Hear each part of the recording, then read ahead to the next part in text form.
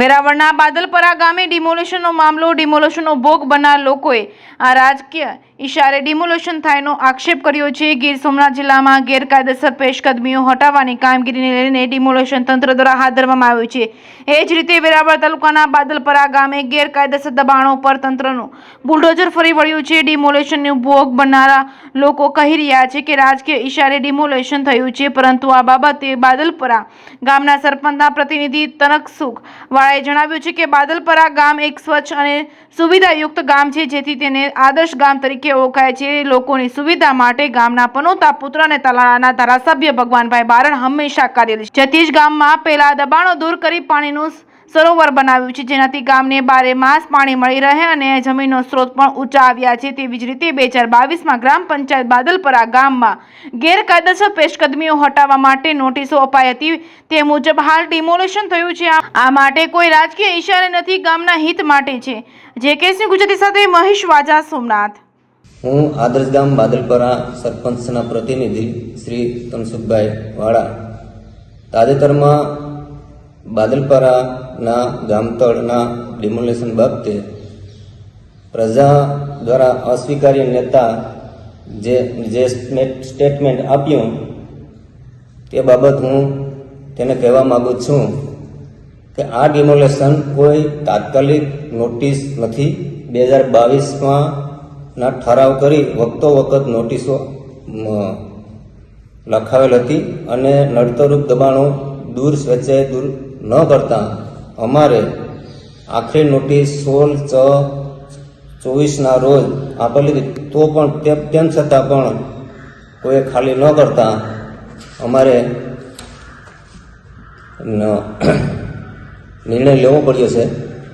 અને રહી વાત બાદલપરાની, તો ધારાસભ્યશ્રીના ભત્રીજાને અને એમના સભ્ય કુટુંબીજનોને પણ અમે નોટિસો બજાવેલ છે। ખુદ મારા સગા બાપાના દીકરાઓને પણ અમે નોટિસો બજાવેલ છે। કોઈ વાલા દવલાની નીતિ અમે રાખતા નથી અને અત્યાર સુધી રાખી નથી।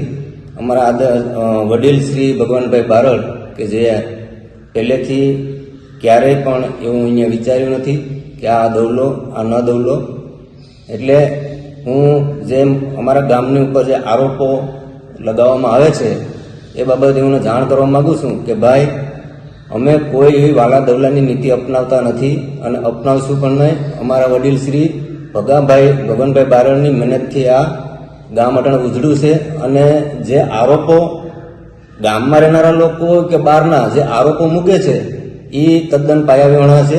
કારણ કે અમારા ધારાસભ્યશ્રી એ આ ગામ આદર્શ ગામ, મોડેલ ગામ, તીરથ ગામ બનાવ્યું છે, તો એનો સિંહ ફાળો છે। એને આખા ગામને એક કરીને કાયમી માટે રાખેલા છે। એના પેટમાં કોઈ જાતનો એવો ઈર્ષા કે વિરોધ નથી કે મારે આ દવનું કે ન દવનું।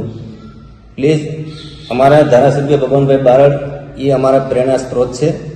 એના માર્ગદર્શન હેઠળ અમારા ગામમાં એટલો વિકાસ અને જે આદર્શ ગામ બનાવ્યું, બહારના રાજ્યોના સ્ટેટના પણ અહીંયા અમારા ગામની મુલાકાત લેવા આવે છે, અહીંયા જોઈ ખુશ થઈને જાય છે। અમારા ગામમાં કોઈ જાતનો પ્રોબ્લેમ નથી, કોઈ જાતની કમી નથી, કોઈ વસ્તુ ખૂટતી નથી અમારા ધારાસભ્યને લીધે, અમારા ભગવાનભાઈને લીધે। એટલે આ જે આરોપો લગાવે છે એને હું કહેવા માંગુ છું કે હું અમારા જે અમે ગામનો વિકાસ કરીએ છીએ એ તમને ક્યાંક ને ક્યાંક ખટકે છે, ક્યાંક ને ક્યાંક અડચણરૂપ થાય છે, એટલે એવા આરોપો નાખીને અમને બદનામ કરવાની ને અમારે ભગવાનભાઈને બદનામ કરવાની, ગામ બદનામ કરવાની કોશિશ કરે છે। અમારી પાસે 2022ની નોટિસ અને એનો ઠરાવ પણ અમારી પાસે છે। મિનિટ બુકમાં પણ અમારો એની નોંધ છે, જેને જોવી હોય તે આવી શકે। પ્રજા દ્વારા અસ્વીકાર્ય નેતા જે અમારી માથે આક્ષેપો કરે છે તે હું કહેવા માગું છું કે બાદલપરા ગામના સરપંચના નિયમો શું છે, કઈ રીતના પંચાયત અકાવી હું ને આ તે બધી એના નિયમોને એમને ખ્યાલ છે। અમે જસુભાઈના ખોરામાં રમાડેલા સંતાનો છે। અમે કાયદા કાનૂનની ધોરણે કે આ બાજુ પાછળ અમે કોઈ દી ક્યાંય નબળું કરતા નથી, વાલા દલાલ નીતિ કરતા નથી, ખોટું ક્યારેય કરશું નહીં। કારણ કે આદર્શ અમારા જસુભાઈ, મારા વડીલ શ્રી અમારા ગામના એના સંસ્કારો અમારા આખા ગામની ઉપર છે. અમારા અમે બધાના રમાડેલા લોકો વ્યક્તિઓ છે. બને ત્યાં સુધી કોઈ આક્ષેપ ન કરે.